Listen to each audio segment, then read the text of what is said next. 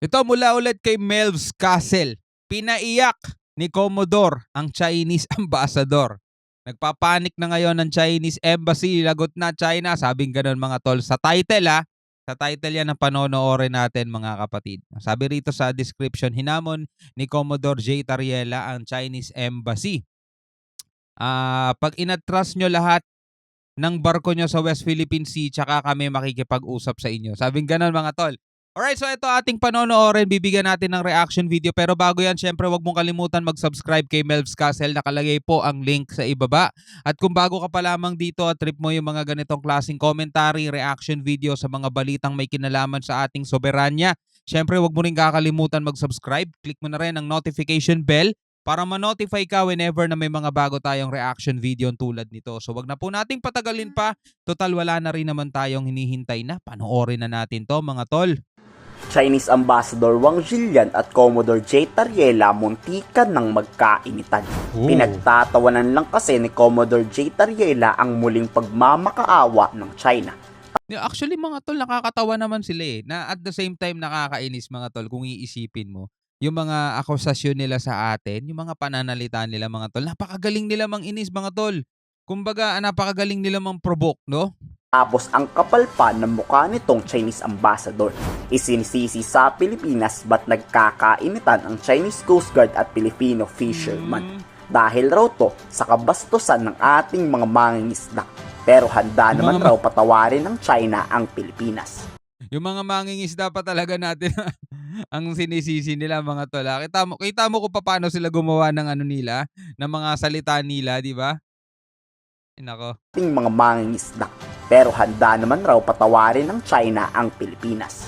O diba, parang tayo pa ang mali at tayo pa ang magsusori. China pa raw ang magpapatawad sa kawalang hiyaang ginagawa nila. Pinagtatawalan tuloy yan ni Commodore J. Tariela.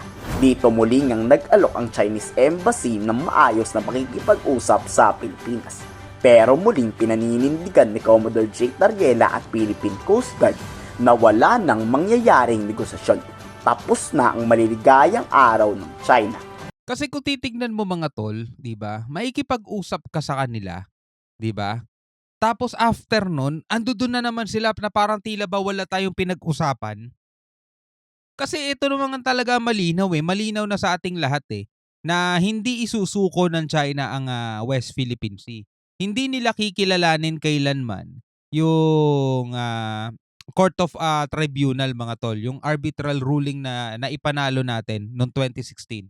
Never daw nilang kikilalanin yun at para sa kanila void, null, illegal mga tol. Yung ano na yan, yung naipanalo natin noon sa 2016 sa The Hague.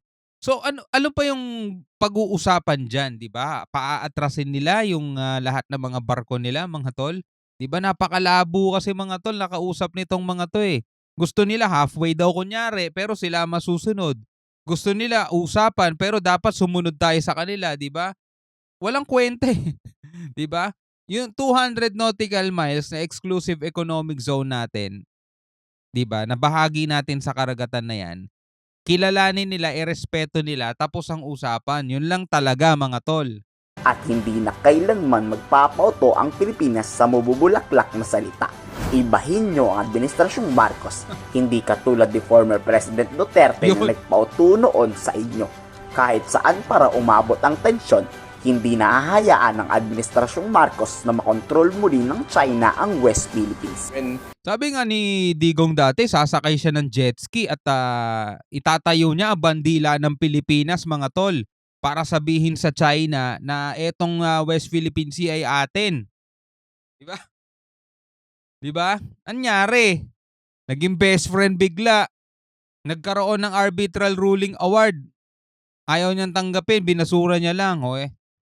Ay nako. Hayaan ng Administrasyong Marcos na makontrol muli ng China ang West Philippines. When Ambassador Wang Zhilian mentioned that we should meet halfway, that was his exact phrase, meeting halfway.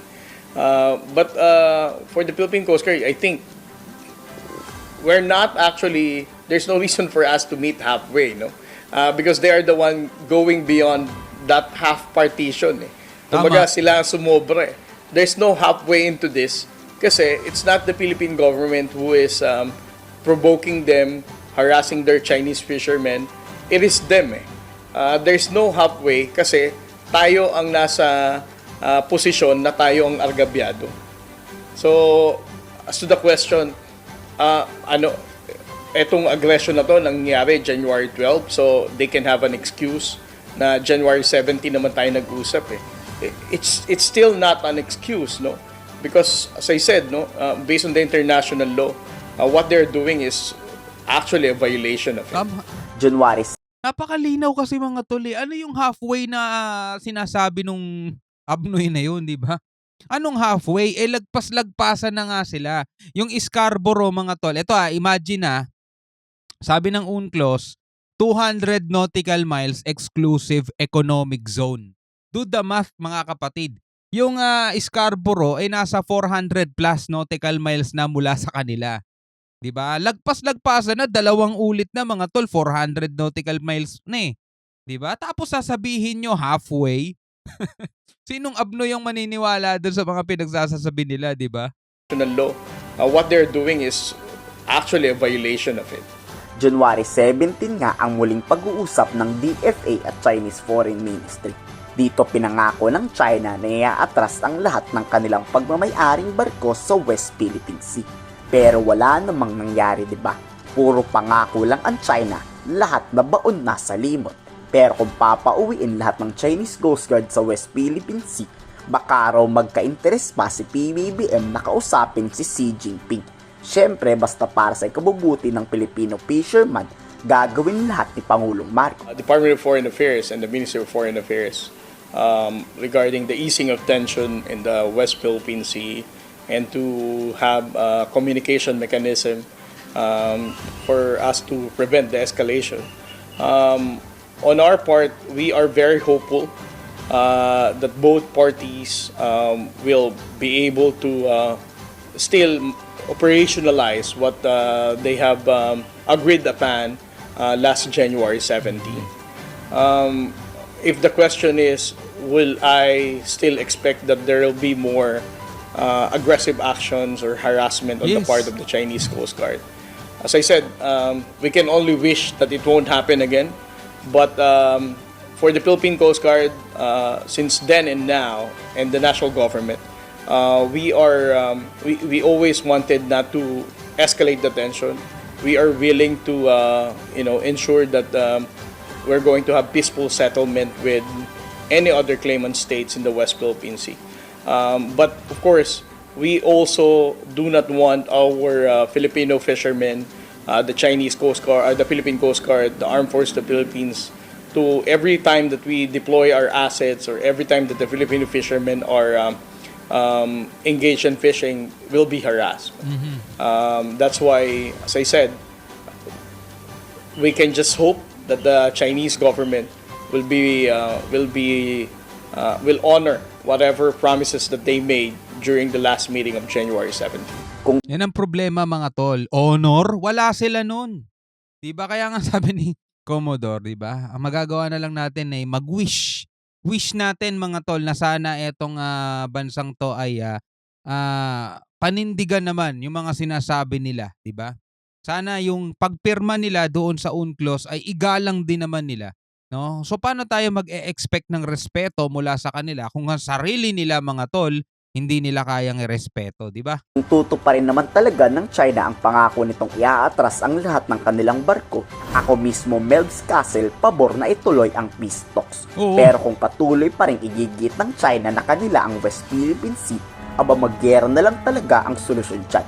Raw magiging regular na pagpapatrolya ng PCG at DFAR doon para matiyak kung talagang nangyayari Oy, teka, may sumamang salita. ba ito. ang salo. Alright, mga kapatid, ikaw bilang isang Pilipino, ano ang masasabi mo rito, mga tol? No? Pagdating sa Chinese food goods, mga tol, paborito natin yan, no? Mga noodles, mga siomai, mga siopaw, mga ganyan, mga tol, no? Pansit, lahat ng mga nakuha natin sa kanila, Shanghai, yan. Na talagang ano natin yan, gustong-gusto natin yan. Wala tayong problema, no, sa lahi. Wala tayong problema doon sa mga Chinese na nandirito sa Pilipinas, mga tol. In fact, mga kapatid, ay talagang nire-respeto natin sila pagdating sa mindset no, sa pagnenegosyo, sa pagpapaunlad ng buhay, talagang ano natin 'yan, idol natin 'yang mga 'yan. Etong gobyerno lang nila mga tol ang problema natin. Kasi ibang mga Chinese na nandirito sa Pilipinas, hindi na sila komunista eh. Kasi ang sinusundan nilang batas, yung batas na nandirito sa Pilipinas, demokrasya, di ba? Pero pag nandoon sila, komunista yon. Komunista talaga yung mga nandoon, mga tol, sa bansa nila. Yun ang problema natin. Hindi mahusay kausap o talagang hindi useless kausap, mga tol, no? Alright, so ikaw bilang isang Pilipino, ano masasabi mo rito sa video na panood natin? Comment ka na lang sa baba. Hanggang sa muli, ako nga pala si Shobal D. Peace out.